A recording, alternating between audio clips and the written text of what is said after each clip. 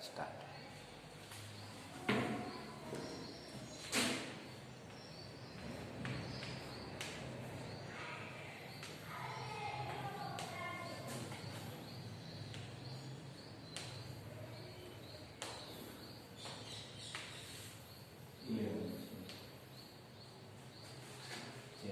Chapter 3 સુરેખ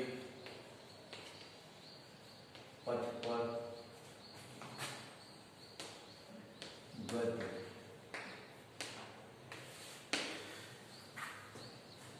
good morning વિદ્યાર્થી મિત્રો. આજે આપણે ચેપ્ટર 3 ની શરૂઆત કરીએ. તો ચેપ્ટર 3 સુરેખ પથ પર ગદ્ય. વિદ્યાર્થી મિત્રો, કણની ગતિ, પદાર્થની ગતિ, ગ્રહની ગતિ અને કોઈ પણ પ્રકારે ગતિનો અભ્યાસ કરતું ભૌતિક વિજ્ઞાનમાં શાસ્ત્ર એટલે કે યંત્રશાસ્ત્ર કહીએ. ભૌતિક વિજ્ઞાનની એક શાખા યંત્રશાસ્ત્ર. આ યંત્રશાસ્ત્રમાં કોઈ પણ પદાર્થની ગતિનો અભ્યાસ સમાયેલો હોય છે. તો યંત્રશાસ્ત્રની વાત કરીએ તો યંત્રશાસ્ત્ર બે વિભાગમાં વર્ગીકૃત છે. સૌપ્રથમ આપણે પહેલા લઈએ કે કોઈ પણ પદાર્થની ગતિનો અભ્યાસ કરતું શાસ્ત્ર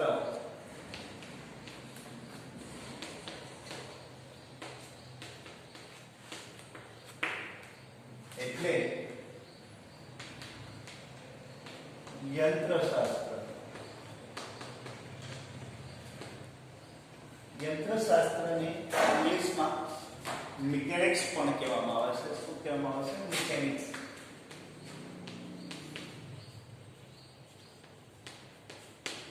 યંત્રશાસ્ત્ર અથવા મિકેનિક્સ તરીકે ઓળખવામાં આવે છે.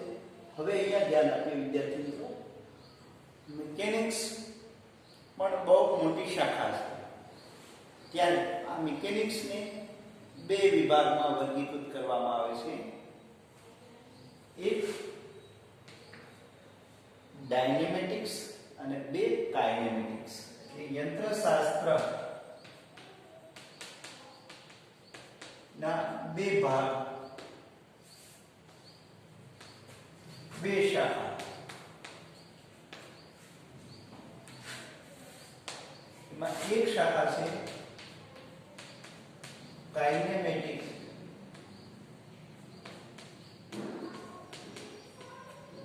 અને બીજી શાખા છે ડાયનેમેટિક્સ.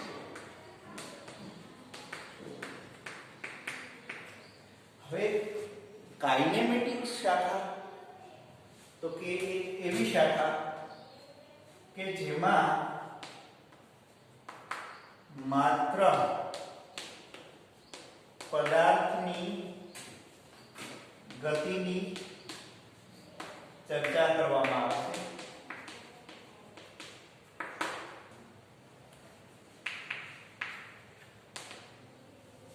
એટલે કે પદાર્થ કેવા પ્રકારે ગતિ કરે છે.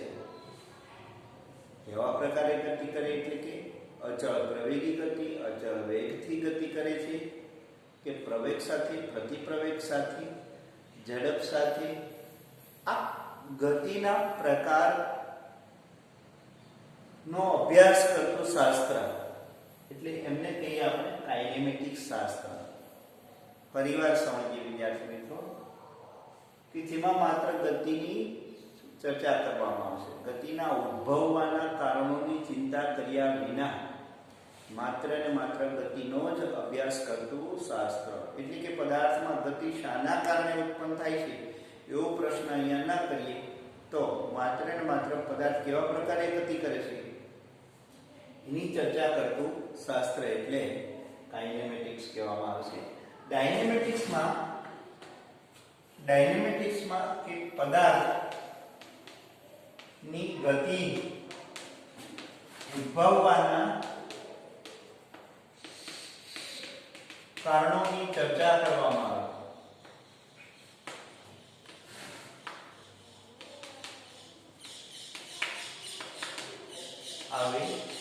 ત્યારે તેવા શાસ્ત્રને ડાયનેમેટિક શાસ્ત્ર કહે છે.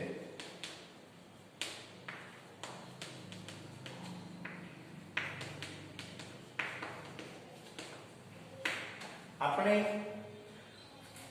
ડાયનેમેટિક શાસ્ત્ર વિદ્યાર્થી મિત્રો ગતિના નિયમો, ન્યૂટનની ગતિના નિયમો 3, બળ, કાર્ય, ન્યૂટનની ગતિના નિયમો, આ બધું જ જે કંઈ આવે આ બધો જ અભ્યાસ જે કંઈ કરીએ એક ડાયનેમેટિક શાસ્ત્ર કહેવામાં આવે. એટલે કે ન્યૂટનના નિયમોમાં પ્રથમ નિયમ, બીજો નિયમ, ત્રીજો નિયમ.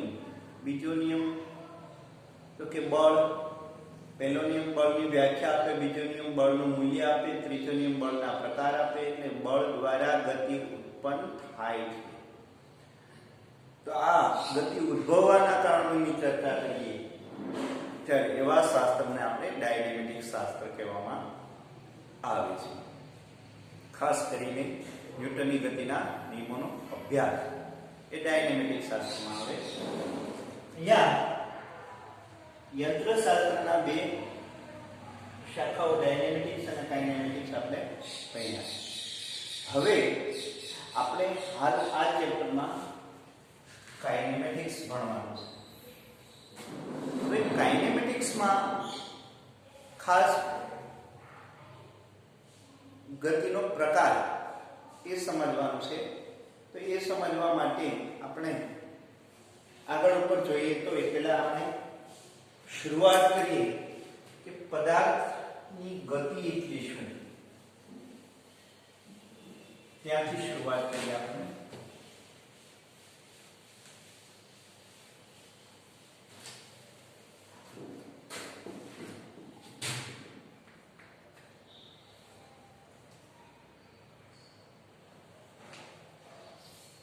આપણે આ ચેપ્ટર એટલે કાઇનેમેટિક્સ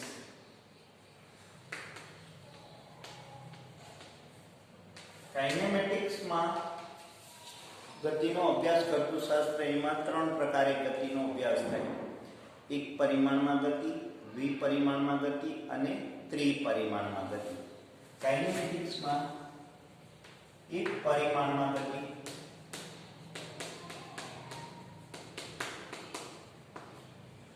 દ્વિપરિમાણમાં ગતિ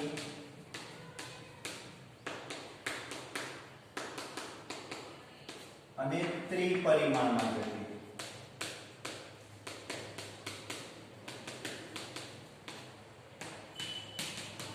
હવે હાલ આપણે માત્ર ને માત્ર વિદ્યાર્થી મિત્રો એક પરિમાણમાં ગતિ ભણીશું. દ્વિપરિમાણમાં અને ત્રિપરિમાણમાં ગતિ આપણે સદિશ ચેપ્ટર ભણી અને ત્યારબાદ એ જ ચેપ્ટરમાં આપણે દ્વિપરિમાણમાં અને ત્રિપરિમાણમાં ગતિ સમજીશું. તો એક પરિમાણમાં ગતિ કેને કહીએ આપણે? કે કોઈ પણ પદાર્થ સૂર્યક પથ પર, ખાસ ધ્યાન રાખવાનું, અહીંયા એક જ સૂર્યક પથ પર ગતિ કરતો હોય કોઈ પણ પદાર્થ એને એક પરિમાણમાં ગતિ કરતો પદાર્થ કહીએ છીએ. કે જેમાં માત્ર ને માત્ર સમય સાથે એક યામ બદલાતો હોય. x અક્ષ પર ગતિ કરતો હોય તો માત્ર x યામ બદલાય, y અક્ષ પર ગતિ કરતો તો y યામ બદલાય. દ્વિપરિમાણમાં ગતિ હોય તો બંને યામ બદલાય અને ત્રિપરિમાણમાં ગતિ કરતો હોય તો સમય સાથે ત્રણેય યામ બદલાતા રહે છે. તો હાલ આપણે એક પરિમાણમાં ગતિ એટલે સૂર્યક પથ પર ગતિ. સૂર્યક પથ પર ગતિ કરતો પદાર્થ હોય એ એક પરિમાણમાં ગતિ કરતો પદાર્થ કહી શકાય. તો હાલ આપણે એક પરિમાણમાં ગતિ સમજીએ. તો સૌપ્રથમ પહેલો પ્રશ્ન એ છે કે કોઈ પણ પદાર્થ ગતિ કરે છે તેમ એનો ખ્યાલ ક્યારે આવે? તો સમજીએ તારે. કોઈ પણ પદાર્થ ગતિ કરે છે એનો ખ્યાલ ક્યારે આવે?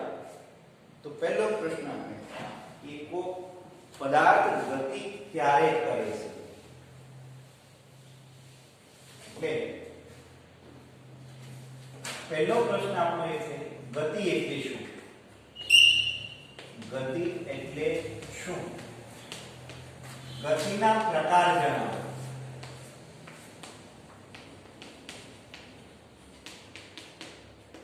આ પહેલો પ્રશ્ન. ગતિ એટલે શું? ગતિના પ્રકાર જણાવો.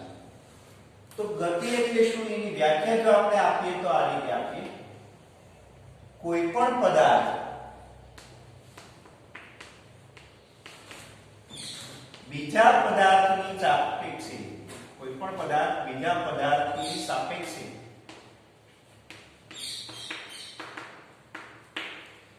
સમય સાથે પોતાનું સ્થાન બદલતો હોય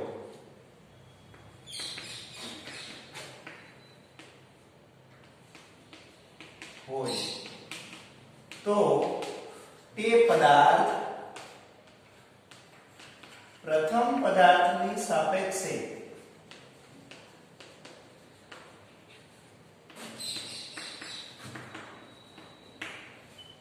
ગતિ કરે છે તેમ કહેવાય.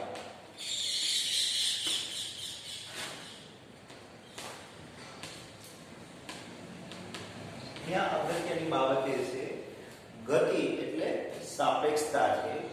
સાપેક્ષતા એટલે કે ધારો કે અહીંયા એક ઉદાહરણ આપું તો તમે સવારે 7 વાગ્યે જો આપણે ઘડિયાળમાં જોઈએ અને આપણું સ્થાન નક્કી કરીએ, સ્થાન જોઈએ તો કે ધારો કે 7 વાગે આપણે ઘરે છીએ.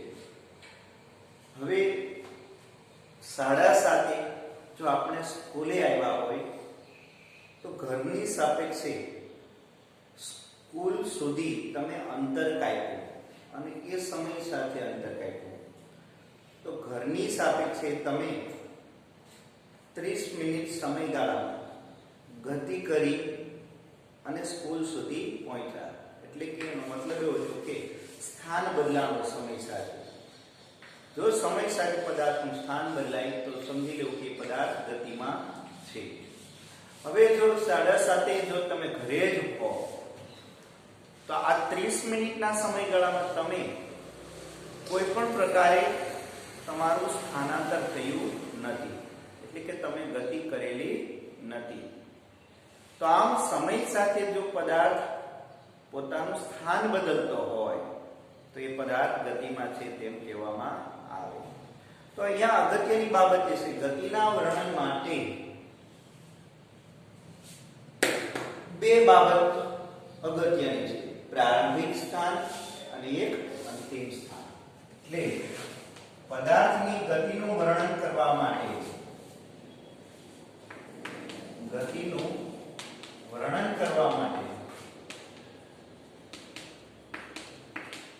એક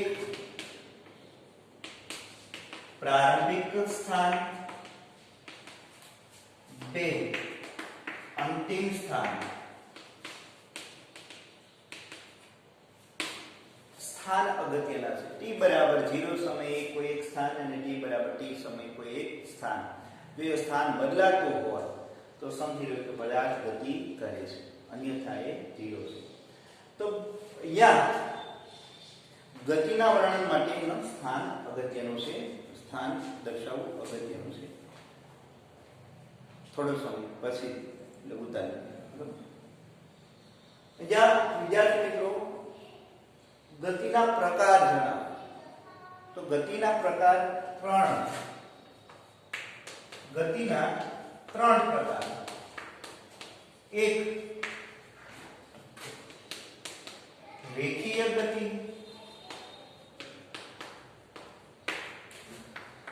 રેખીય ગતિમાં વિદ્યાર્થી મિત્રો 3 પ્રકારે ગતિ આવશે. સૂર્યપથ પર ગતિ એટલે એક પરિમાણમાં, દ્વિપરિમાણમાં અને ત્રિપરિમાણમાં. આ ત્રણેય પ્રકારની ગતિ રેખીય ગતિ છે. બીજું એ દોલિત ગતિ અને 3 વર્તુળમય ગતિ. એને આપણે કહીએ ચાપ ગતિ. તે આપણે સેમેસ્ટર 2 માં ભણીશું. વર્તુળમય ગતિ અને દોલિત ગતિ પણ સેમેસ્ટર 2 માં ભણીશું. માત્ર અત્યારે હાલ આપણે રેખીય ગતિ ભણીશું. તો ગતિના પ્રકાર અને ગતિ એટલે શું? તો કે કોઈ એક પદાર્થ બીજા પદાર્થની સાપેક્ષે સમય સાથે પોતાનું સ્થાન બદલતો હોય એને આપણે ગતિ કહીએ છીએ. ગતિના મુખ્ય 3 પ્રકાર છે: રેખીય ગતિ, દોરિત ગતિ અને વર્તુળમય ગતિ. રેખીય ગતિ તો આપણે ખ્યાલ છે, સમગ્ર પદાર્થ, આપણે વાહનો, કોઈ પણ જે પ્રકારે ગતિ કરે છે રેખીય ગતિ કહેવાય.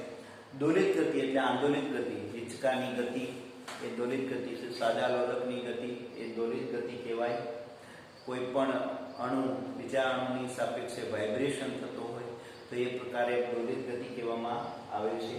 ત્યારબાદ 3 વર્તુળમય ગતિ. વર્તુળમય ગતિ તો તમે પરિચિત છો. સૂર્યની આસપાસ બધા ગ્રહો જે કંઈ કક્ષીય ભ્રમણ કરે છે, પરિભ્રમણ કરે છે, સાથે સાથે ગ્રહો એ પોતાની ધરીની આસપાસ પરિક્રમણ પણ કરે છે.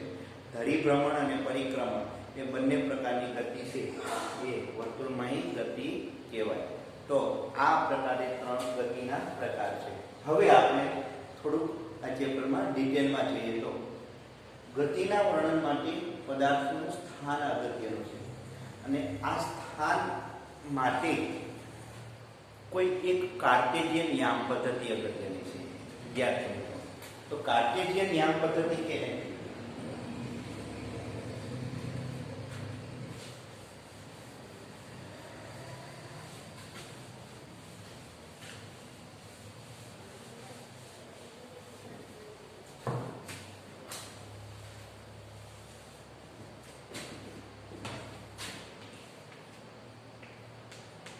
કાર્ટેશિયન યામ પદ્ધતિ એટલે શું? યામ પદ્ધતિ એટલે શું? આ બીજો પ્રશ્ન છે.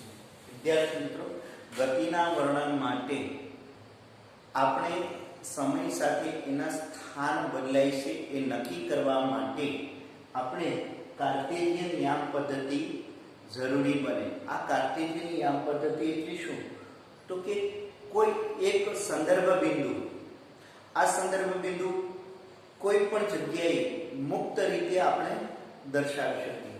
તો કોઈ એક સંદર્ભ બિંદુમાંથી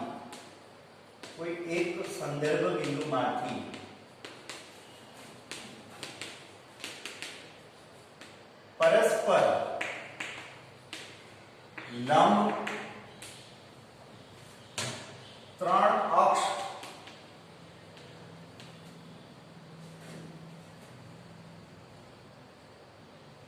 દોરવામાં આવે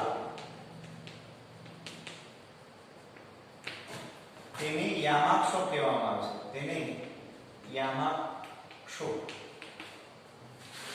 કહે છે. આ સંદર્ભ બિંદુ સાથે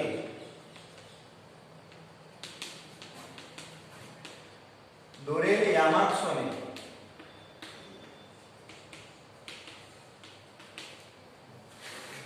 કાર્ટેશિયન યામ પદ્ધતિ કહેવામાં આવે છે.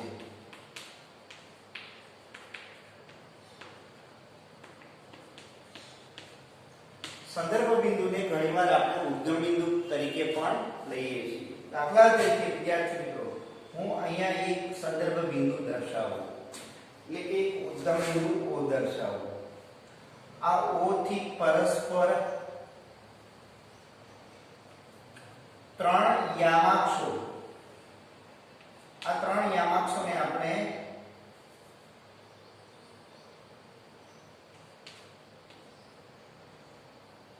x, y અને z તરીકે ઓળખીએ છીએ. તો આ રીતે જે તૈયાર થતા 3 યામાક્ષો કોઈ એક સંદર્ભ બિંદુમાંથી 3 યામાક્ષો દોરવામાં આવે, આ રીતે તૈયાર થતી પદ્ધતિ કાર્ટેશિયન યામ પદ્ધતિ કહેવામાં આવે છે. કાર્ટેશિયન યામ પદ્ધતિમાં ચોક્કસ સ્પર્શી સ્કેલ આપવામાં આવે છે આવી રીતે. તો આ રીતે તૈયાર થતી પદ્ધતિને કાર્ટેશિયન યામ પદ્ધતિ કહેવામાં આવે છે.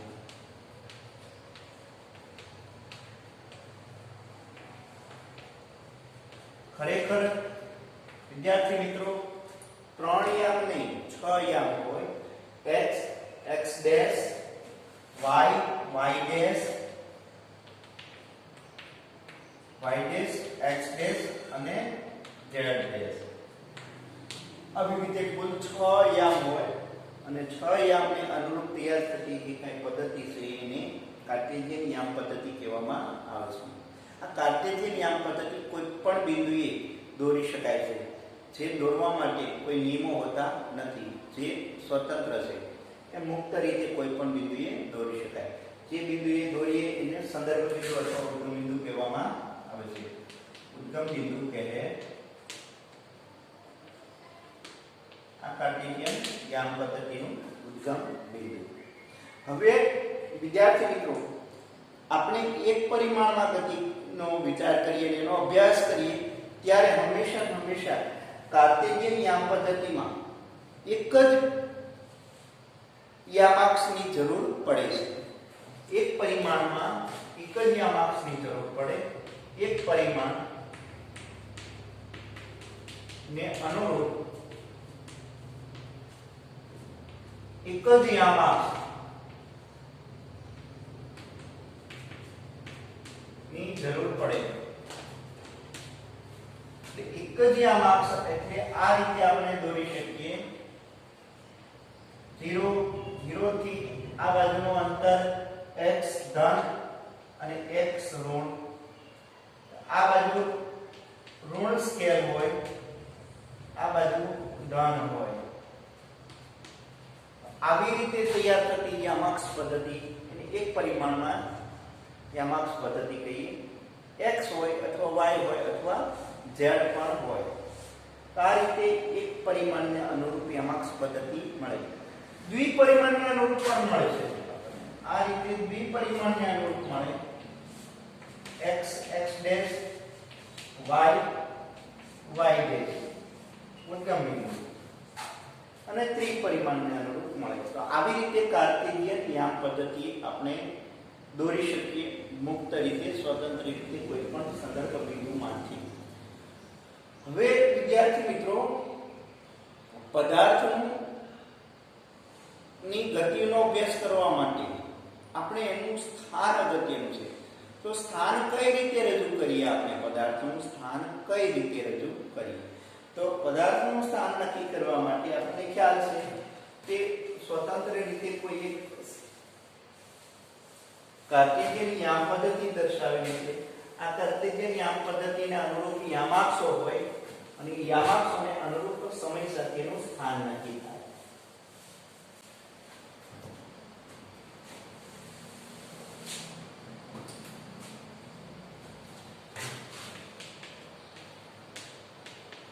પદાર્થનું સ્થાન એટલે શું? એટલે કે કોઈ પણ સમયે પદાર્થને કાર્ટેશિયન યામ પદ્ધતિમાં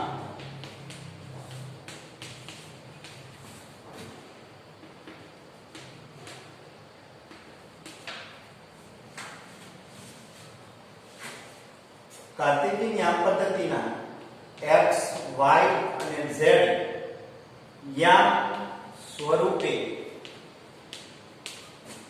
લખી શકાય તેને તે સમયે સ્થાન કહે છે, સ્થાનના યામ કહે છે. દાખલા તરીકે વિદ્યાર્થી મિત્રો, ધારો કે કોઈ એક પદાર્થ દ્વિપરિમાણમાં ગતિ કરતો હોય તો દ્વિપરિમાણમાં આપણે કાર્ટેશિયન યામ પદ્ધતિ દોરીએ. x x dash y y dash ઉદ્ગમ બિંદુ. અહીંયા આપણે સ્કેલ રજૂ કરીએ. ચોક્કસ 10 20 30 40 50 60 70 આ મીટરમાં હોય. આવી રીતે આમાં પણ સ્કેલ અંકન થાય. 10 20 30 40 એક્સેટ્રા સેમ એવી જ રીતે અહીંયા -10 -20 -30 અને -40 અહીંયા પણ એવી જ રીતે મળશે આપણને -10 -20 -30 -40. હવે ધારો કે વિદ્યાર્થી મિત્રો, ધારો કે t બરાબર t1 સમયે પણ અહીંયા p બિંદુ પાસે છે. t બરાબર t1 સમયે p બિંદુ પાસે છે, તો કણનું સ્થાન કઈ રીતે રજૂ કરવું? કણ p બિંદુ પાસે છે તો કણનું સ્થાન t બરાબર t1 સમયે આ રીતે રજૂ કરીએ. દ્વિપરિમાણ છે એટલે એને બે યામ હોય x અને y. તો એ યામ ક્યાં ક્યાં થશે? તો કે x યામ સૌપ્રથમ પહેલા લખવાનું, x યામ 20 y યામ 30. તો x1 y1 બરાબર x યામ છે 20 અને y યામ છે 30. આ રીતે થશે. હવે ધારો કે ગતિ કરતા કોઈ પણ પથ પર ગતિ કરતા પણ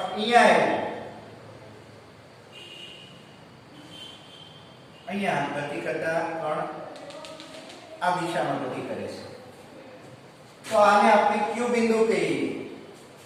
તો t બરાબર t2 સમયે x2 અને y2 યામ મળે, જે આપણે મળશે x2 યામ -30 y2 યામ આપણને શું મળશે? તો કે આ બેની વચ્ચે છે, તો કે 15 લઈ લઈએ એટલે x યામ થશે -30 y યામ થશે 15 મીટર. તો આ જે કે કાર્ટેશિયન યામાક્ષ સાથે દર્શાવવામાં આવે એને આપણે સ્થાન કહીએ. x y અને z સ્વરૂપે એનું સ્થાન રજૂ કરી શકીએ. તો એ પેલા કાર્ટેશિયન યામ પદ્ધતિ જરૂર બને. તો આવી રીતે પદાર્થના સ્થાન નક્કી થાય. જો ત્રિપરિમાણ હોય તો x y અને z એક ત્રીજો યામ પણ ઉમેરાય, આમાં પણ એક ત્રીજો યામ ઉમેરાય. એક પરિમાણ હોય તો માત્ર x હોય તો x1 અને x2. આવી રીતે આ સ્થાન છે t બરાબર t1 સમયનું છે અને આ સ્થાન છે t બરાબર t2 સમયનું છે. તો વિદ્યાર્થી મિત્રો, ગતિ આપણે કહી શકીએ કે t1 સમયે કણ p પાસે હતો, t2 સમયે કણ q પાસે હતો. અને આના ઉપરથી પણ ખ્યાલ આવે t1 સમયે અને t2 સમયે બેના યામ અલગ અલગ છે. તો આમ કહી શકાય કે પદાર્થ આપણને ગતિ કરે છે તેવું કહી શકીએ કે એના યામાક્ષો બદલાય છે. હવે જો વિદ્યાર્થી મિત્રો આમ હોય, ધારો કે t બરાબર સમયે અહીંયા હોય તો t2 થી સમયે, તો આનો મતલબ એમ થયો કે x યામ અચળ છે, y યામ બદલાય. તો એમ કહી શકાય કે કણ y અક્ષ પર ગતિ કરે છે તેમ કહી શકાય. જે યામ બદલાય એ યામને અનુરૂપ ગતિ કરે છે તેમ કહી શકાય. જો x યામ અચળ હોય, y યામ બદલાતો હોય, y યામ અચળ હોય, x યામ બદલાતો હોય, તો જે યામ બદલાય એને અનુરૂપ ગતિ કરે છે તેવું કહી શકાય. સમય સાથે બે યામ બદલાતા હોય તો સમજી લો કે દ્વિપરિમાણમાં ગતિ કરે છે. એક યામ બદલાતો હોય તો એક પરિમાણમાં ગતિ કરે, અને ત્રણ યામ બદલાતા હોય તો ત્રિપરિમાણમાં ગતિ કરે છે તેમ કહી શકાય.